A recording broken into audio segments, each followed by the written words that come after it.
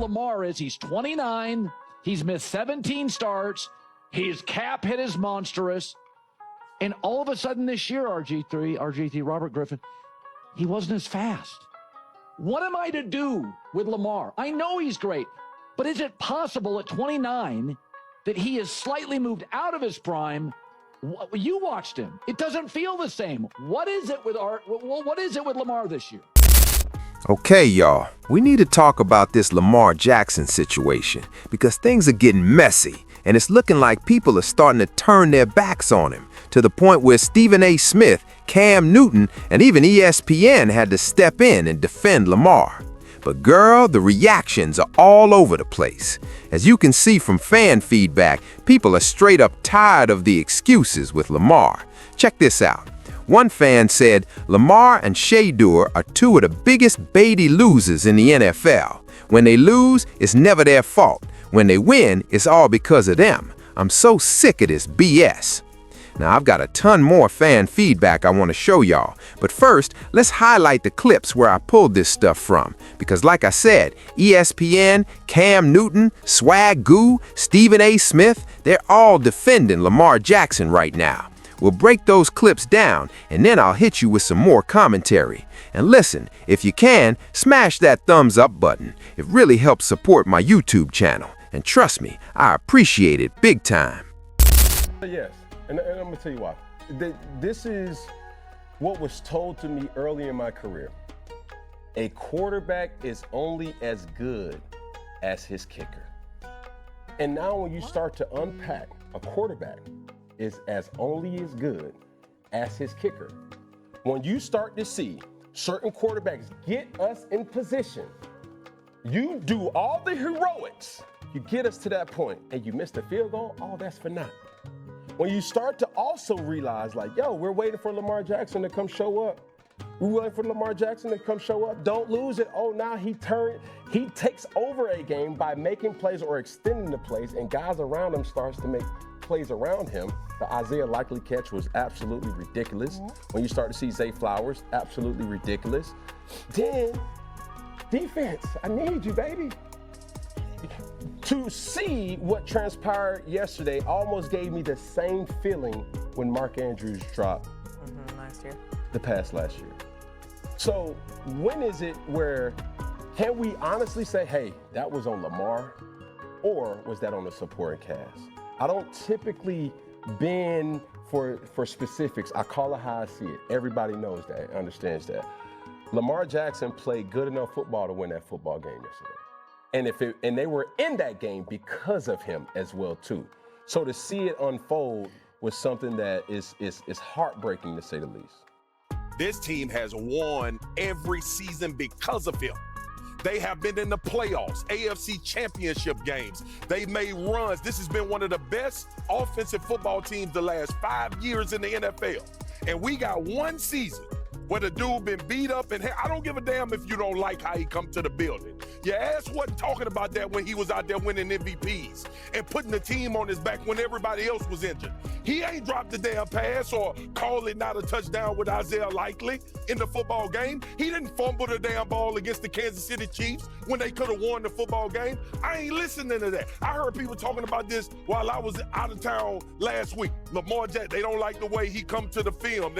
I didn't hear none of this when he was winning games consistently for the Baltimore Ravens. I remember Todd Monken not running the football in the AFC Championship game. I remember Derrick Henry just a week ago not getting a touch in the football game that they possibly could have won if they would have ran the football. But Lamar Jackson, the problem. It is crazy to me how this stuff manifests, and we hear a story now, and it's a story written that they don't like how it go.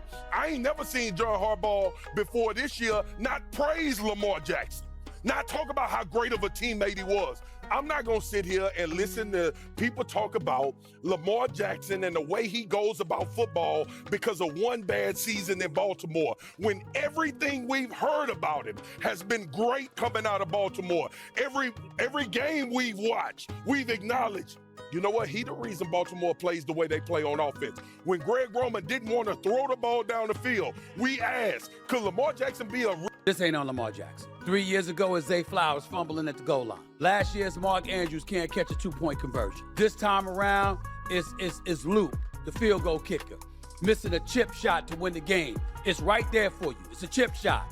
You're in position. It's nothing. It's a 44-yard field goal. It's what you should do for breakfast. And somehow, some way, this is the time you pick to miss your first field goal of the year, pretty much. I mean, just a horrible, horrible situation for the Baltimore Ravens, but it benefited the Pittsburgh Steelers immensely. Defense showed up on a couple of occasions when it I was incredibly disappointed and disgusted at how wide open, not once but twice, Zay Flowers was when you fake pitching the ball to Derrick Henry and then you throw it down to the left side of the field, and there was no Steeler in the vicinity.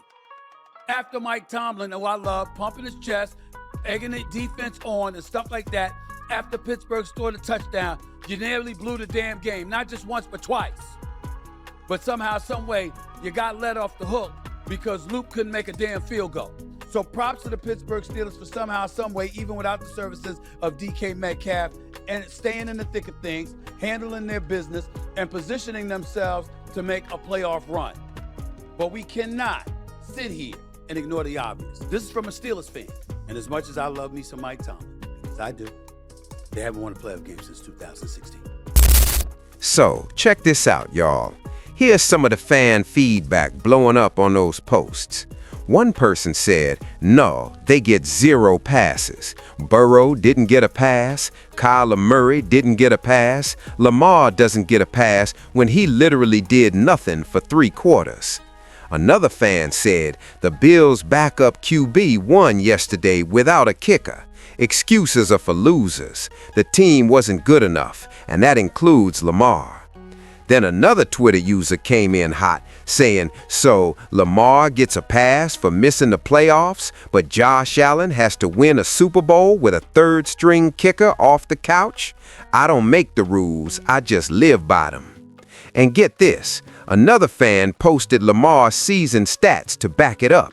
He pointed out Lamar ended 6 or 7 on the season, lost 4 of his last 5 games, all 4 against divisional rivals Cincinnati and Pittsburgh, and had a 0.579 completion rate.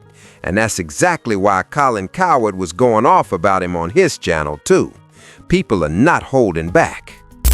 For Lamar is he's 29, he's missed 17 starts, his cap hit is monstrous, and all of a sudden this year, RG3, Robert Griffin, he wasn't as fast. What am I to do with Lamar? I know he's great, but is it possible at 29 that he has slightly moved out of his prime? You watched him. It doesn't feel the same. What is it with what is it with Lamar this year? Oh, man. Okay. First of all, I think when you look at Joe Burrow's actually come out and said, like, I don't know if I love the game anymore. Right. And I think that's a different conversation. Lamar has never come out and said anything like that. So I think Baltimore Ravens fans would burn the city to the ground if the Ravens traded Lamar Jackson. And I mean that wholeheartedly. And having been there and knowing how he is, I did read the article that came out that was bashing him. You know, I thought it was Bush League to make those statements. And Coach Harbaugh, you know, the John Harbaugh that I know, you know, the greatest coach I ever played for in the NFL, and I wasn't even a starter for the Ravens. I was the backup. But watching him operate, the way he handled that, when it came to the press, and he talked and he defended Lamar, and he said, our relationship is great. If you want to know what I think, ask me that question. And that, to me, it kills it in the locker room. And that's what's the most important thing here. If Lamar Jackson had lost the locker room, this would be a real conversation. But I've got great relationships in that locker room still to this day. They love Lamar. Yeah, they'd love for him to stay healthy and stay on the field. Are they going to be more confident with Lamar out there in this game against the Steelers, which is basically a play-in game? Yeah, they're going to be much more confident with him at QB because he's their guy. The city loves him. And I've heard the rumors of Miami maybe coming and trying to snag him because that's great for him. Yeah. And who wouldn't want to play at home? First of all, it would take a monstrous offer for the Ravens to get rid of him. GM Eric DeCosta has no interest in trading Lamar Jackson. And I think for him, Lamar is motivated in different ways than people realize. And the fact that he has been a little bit injury prone the last couple seasons, and the fact that people are saying, oh, he's lost a step and he can't do this and he can't do that. He kind of, in a lot of ways, reminds me of Michael Vick. Because when I was growing up, Mike, when somebody said he couldn't throw, he'd go throw for 350 yards. Right. When someone said, oh, he lost a step, he'd go run for 150. All right, y'all, that's a wrap for today's video.